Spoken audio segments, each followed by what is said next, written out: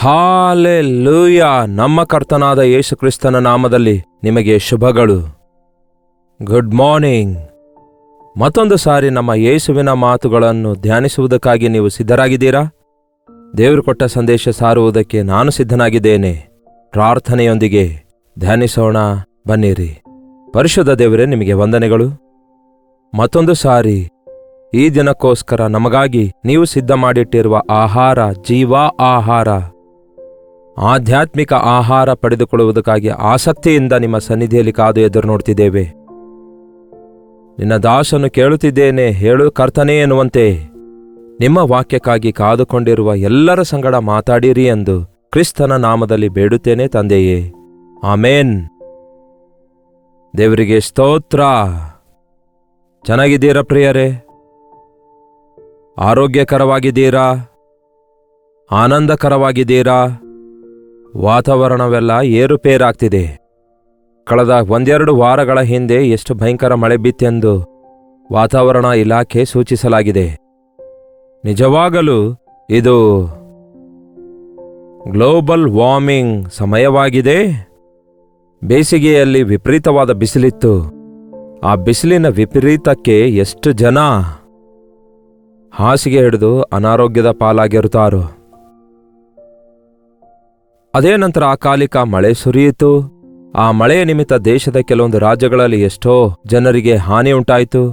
ಇತ್ತೀಚೆಗೆ ಆಸಾಂ ಹಾಗೂ ಅರುಣಾಚಲ್ ಪ್ರದೇಶದಲ್ಲಿ ಎಷ್ಟು ಪ್ರವಾಹವಾಯ್ತಲ್ಲವೇ. ಇದೆಲ್ಲದರ ಮಧ್ಯದಲ್ಲಿ ಮಕ್ಕಳು ಎಕ್ಸಾಮ್ ಬರೆದಿದ್ದಾರೆ. ಜೂನ್ ಮಧ್ಯ ತಿಂಗಳಿನವರೆಗೂ ಕೆಲವರು ರಿಸಲ್ಟ್ಗಾಗಿ ಎದುರು ನೋಡ್ತಿದ್ದಾರೆ. ಸರಿ, ಇವೆಲ್ಲ ಒಂದು ಕಡೆ ಪಕ್ಕಕ್ಕಿಟ್ಬಿಟ್ರೆ, ನೀವು, ನಿಮ್ಮ ಕುಟುಂಬ, ನಿಮ್ಮ ಆಧ್ಯಾತ್ಮಿಕ ಪರಿಸ್ಥಿತಿ, ನಿಮ್ಮ ಆರೋಗ್ಯ ಪರಿಸ್ಥಿತಿ ಹೇಗಿದೆ? ಏನಾದರೂ ಎನ್ಕರೇಜಿಂಗ್ ಆಗಿದೆಯಾ? ಆನಂದಕರವಾಗಿದ್ದೀರಾ? ಒಂಥರ ಉತ್ಸಾಹವಾಗಿದ್ದೀರಾ? ಇಲ್ಲವೇ ಯಥಾಸ್ಥಿತಿಯಲ್ಲಿ ಎಷ್ಟೇ ಕಾಲಗಳು ಬದಲಾದರೂ, ಸೀಸನ್ಸ್ಗಳು ಬದಲಾದರೂ, ಪರಿಸ್ಥಿತಿಗಳು ಮಾರ್ಪಟ್ಟರೂ, ತಿಂಗಳ ಆರಂಭವಾಗಿರಲಿ, ತಿಂಗಳು ಕೊನೆಯಾಗಿರಲಿ, ಒಂದೇ ರೀತಿಯಾಗಿದ್ದೇವೆ ಅನ್ನುವಂತೆ ಇನ್ನೂ ಹೆಚ್ಚಾಗಿ ನೀವು ನಿರುತ್ಸಾಹದಲ್ಲಿಯೇ ಇದ್ದೀರಾ? ನಾವು ಬಹಳಷ್ಟು ಸಾರಿ ದೇವರ ಪ್ರಣಾಳಿಕೆ ಅರಿಯಲಾರದೆ ನಮ್ಮ ಸ್ವಂತ ಪ್ರಣಾಳಿಕೆ ನಾವು ಹಾಕಿಕೊಂಡು, ಅಂದರೆ ನಾವು ಏನು ಮಾಡೋಣ, ಎಲ್ಲಿಗೆ ಹೋಗೋಣ, ನಮ್ಮ ಆಲೋಚನೆಯೊಂದಿಗೆ ನಮ್ಮ ಪ್ಲ್ಯಾನ್ಸ್ ನಾವು ಹಾಕಿಕೊಂಡು ಏನೇನೋ ಸಾಧಿಸಬೇಕೆಂದು ಪ್ರಯತ್ನಿಸುತ್ತೇವೆ. ಏನು ಸಾಧಿಸಲಾರದೆ ನಿಂತು ಹೋಗುತ್ತೇವೆ. ನಿಜವೇ ಅಲ್ಲವೋ? ನಿಜವೇ. ಬಹಳಷ್ಟು ಜನ ಹೇಳ್ತಿರ್ತಾರೆ.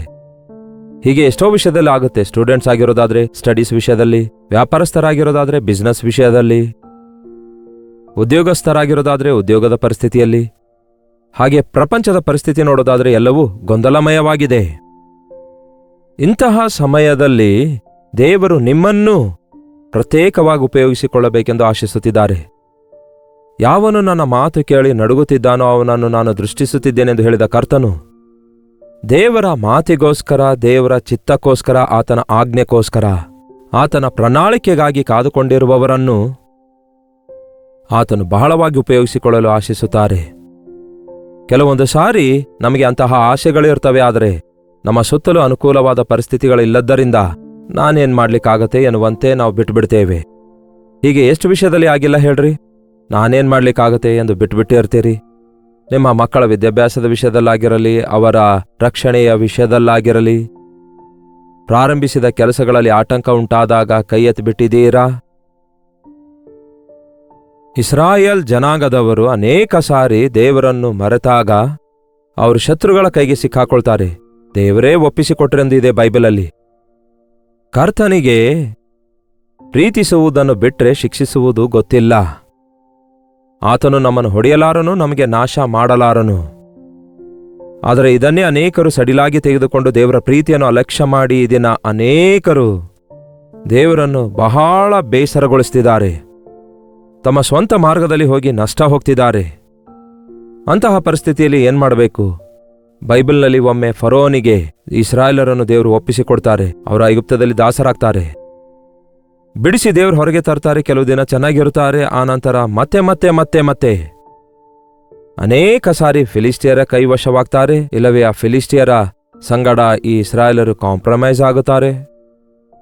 ಕೊನೆಗೆ ಮಿದ್ಯಾನ್ಯರ ಕೈಗೆ ಸಿಕ್ಕಾಕೊಂಡಾಗ ಅವರು 7 ವರ್ಷಗಳವರೆಗೂ ನಾನಾ ವಿಧವಾದ ರೀತಿಯಲ್ಲಿ ಬಾಧೆಪಡಿಸಿದ್ರಂತೆ.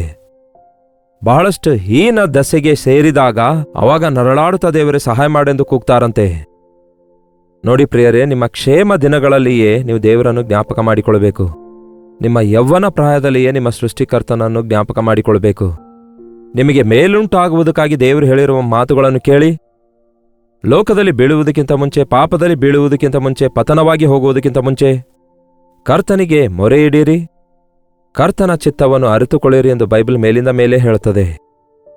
ನಮ್ಮಲ್ಲಿ ಬಹಳಷ್ಟು ಜನರಿಗೆ ನಷ್ಟ ಬಂದಾಗ, ಕಷ್ಟ ಬಂದಾಗ, ಯಾವುದೇ ದಿಕ್ಕಿಲ್ಲದಿರುವಾಗ ದೇವರೇ ದಿಕ್ಕು ಎನ್ನುವಂತೆ ಆತನ ಕಡೆಗೆ ತಿರುಗಿಕೊಳ್ತೇವೆ. ಆದರೆ ಎಲ್ಲವೂ ಇರುವಾಗ ಇವೆಲ್ಲವನ್ನು ಕೊಟ್ಟ ದೇವರೇ ನಿಮಗೆ ವಂದನೆ, ಇಷ್ಟೊಂದು ಆಶೀರ್ವದಿಸಿದ್ದೀರಿ, ನಿಮಗೆ ವಂದನೆಗಳು, ಇಷ್ಟೊಂದು ಆರೋಗ್ಯ ಕೊಟ್ಟಿದ್ದೀರಿ, ಉದ್ಯೋಗ ಕೊಟ್ಟಿದ್ದೀರಿ, ಹೆಂಡತಿ ಮಕ್ಕಳನ್ನು ಕೊಟ್ಟಿದ್ದೀರಿ ಎಂಬುದಾಗಿ ಎಂದಾದರೂ ದೇವರನ್ನು ಸ್ತುತಿಸ್ತಾ ಇದ್ದೀರಾ?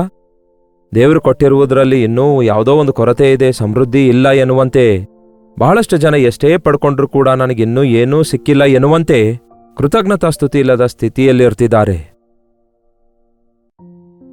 ಮಿದ್ಯಾನರ ಕೈಯಲ್ಲಿ ಇಸ್ರಾಯೇಲರು ಬಹಳ ಘೋರವಾಗಿರುವಂತಹ ದಾಸತ್ವದೊಳಗೆ ಹೋಗ್ತಾರೆ. ಬಹಳ ಹೀನ ಸ್ಥಿತಿಗೆ ಹೋದಾಗ ಆವಾಗ ಮೊರೆ ಇಡುತ್ತಾರಂತೆ ದೇವರಿಗೆ.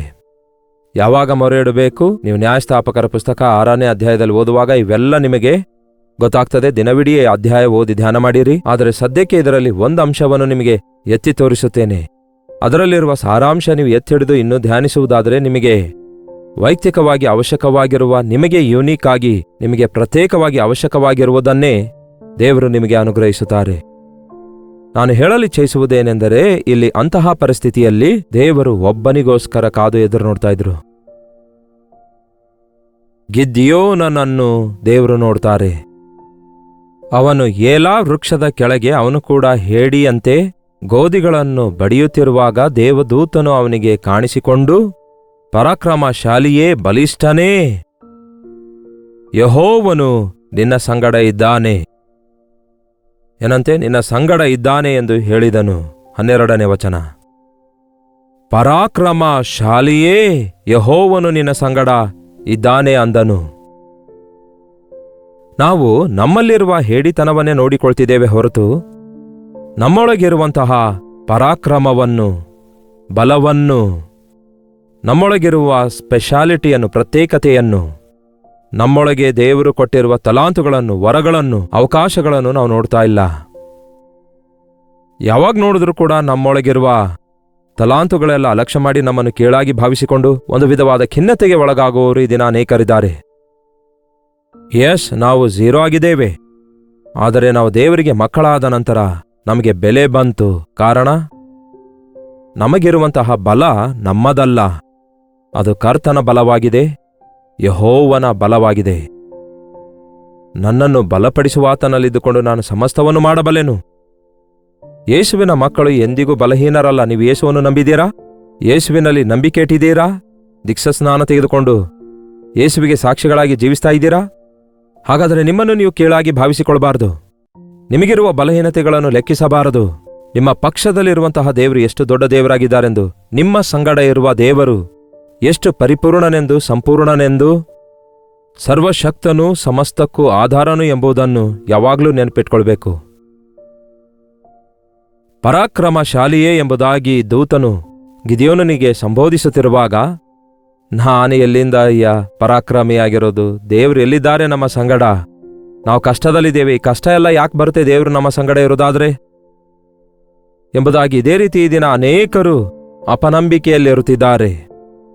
ಕಷ್ಟಗಳು ಬಂದ ಮಾತ್ರಕ್ಕೆ ದೇವರು ನಮ್ಮ ಸಂಗಡ ಇಲ್ಲ ಎಂಬುದಾಗಿ ಅದರ ಅರ್ಥ ಅಲ್ಲ.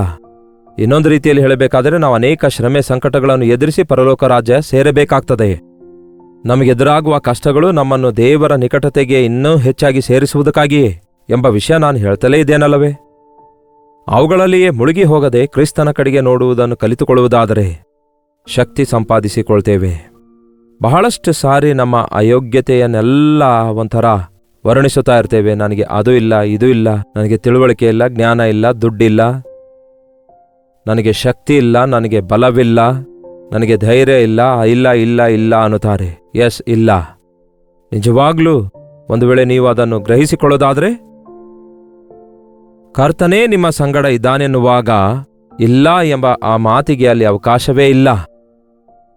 ಆತನ ಸಂಗಡ ಇರೋದಾದ್ರೆ ಎಲ್ಲವೂ ಇರುತ್ತೆ. ನೀನು ಹೋಗಿ ಮಿದ್ಯಾನರ ಕೈಯಿಂದ ಇಸ್ರಾಯೇಲರನ್ನು ಬಿಡಿಸು ಎಂದು ದೇವರು ಹೇಳಿದಾಗ, ನಾನು ಯಾವ ಬಲದೊಂದಿಗೆ ಹೋಗಲಿ? ನನ್ನ ಹತ್ತಿರ ಏನಿದೆ? ಏನು ಹೇಳ್ತಾನೆ ನೋಡಿರಿ 15ನೇ ವಚನದಲ್ಲಿ. ಅವನು ಹೇಳ್ತಾನೆ, ಸ್ವಾಮಿ, ನಾನು ಯಾವ ಸಹಾಯದಿಂದ ಇಸ್ರಾಯೇಲರನ್ನು ರಕ್ಷಿಸಲಿ? ಮನಸ್ಸೆ ಕುಲದಲ್ಲಿ ನನ್ನ ಮನೆಯು ಕನಿಷ್ಠವಾದದ್ದು ಮತ್ತು ನಾನು ನನ್ನ ಕುಟುಂಬದಲ್ಲಿ ನಾನು ಅಲ್ಪನೂ, ನಾನು ಎಣಿಕೆಗೆ ಬಾರದವನು, ನಾನು ಕನಿಷ್ಠನೂ ಚಿಕ್ಕವನೂ.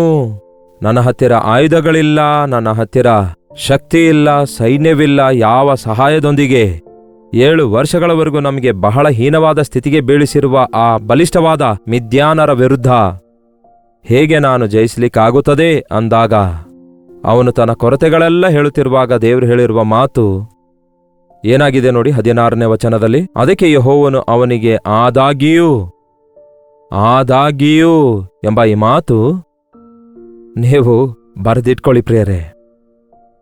ನನಗೆ ಬಲ ಇಲ್ಲ ಅನ್ನುವುದಾದರೆ ಆದಾಗ್ಯೂ ಕರ್ತನೇ ನಿಮ್ಮ ಬಲವಾಗಿರ್ತಾರೆ. ನನಗೆ ದುಡ್ಡಿಲ್ಲ ಅನ್ನೋದಾದರೆ ಆದಾಗ್ಯೂ ಯೆಹೋವ ಈರೇ, ಆತನೇ ಎಲ್ಲವನ್ನು ನೋಡಿಕೊಳ್ತಾರೆ. ನನಗೆ ಆರೋಗ್ಯ ಇಲ್ಲ ಅನ್ನೋದಾದರೆ ಆದಾಗ್ಯೂ ನಿಮ್ಮನ್ನು ಸ್ವಸ್ಥಪಡಿಸುವ ಯೆಹೋವನು ನಾನೇ ಅನ್ನುತ್ತಾರೆ.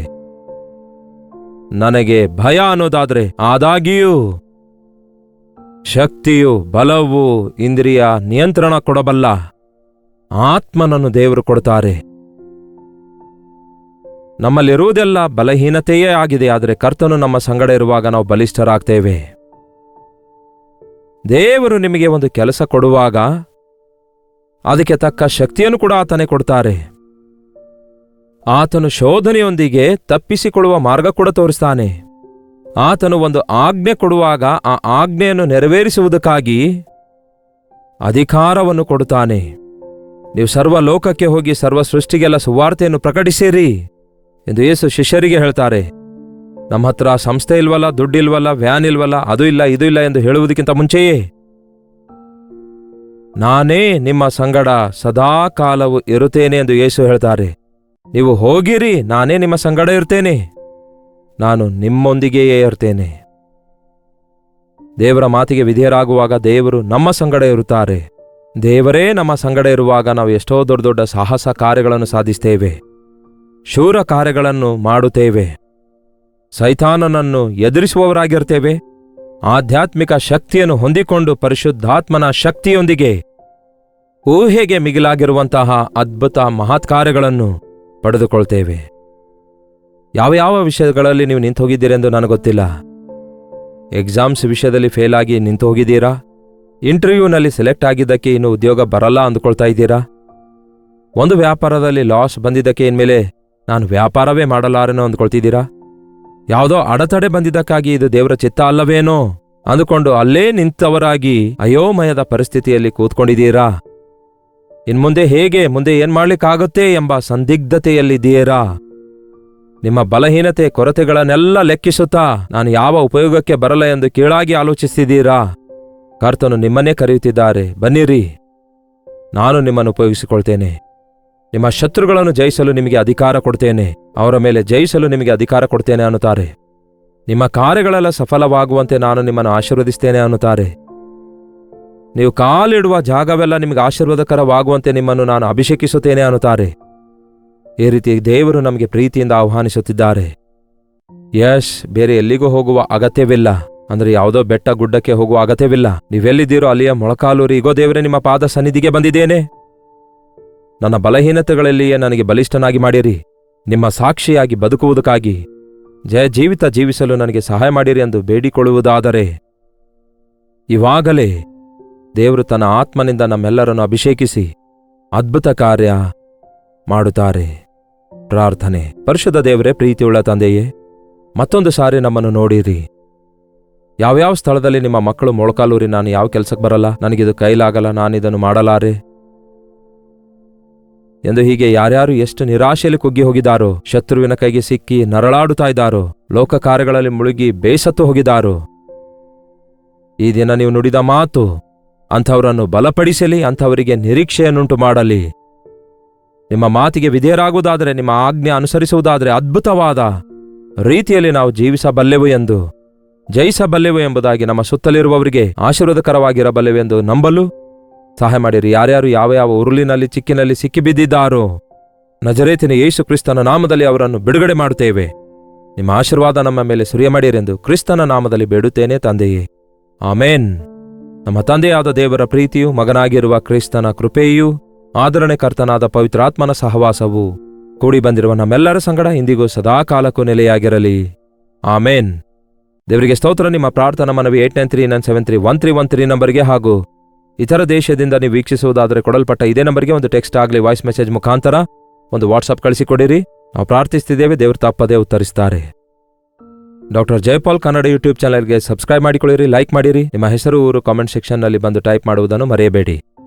ಕರ್ತನ ಚಿತ್ತವಿರುವುದಾದರೆ ಮತ್ತೆ ನಾಳೆ ಇದೆ ಅನುದಿನದ ಧ್ಯಾನ ಎಂಬ ಕಾರ್ಯಕ್ರಮದಲ್ಲಿ ಮತ್ತೆ ಭೇಟಿಯಾಗೋಣ. ಅಲ್ಲಿವರೆಗೂ ದೇವರ ಮಹಾಕೃಪೆ ನಿಮ್ಮೆಲ್ಲರೊಂದಿಗಿರಲಿ.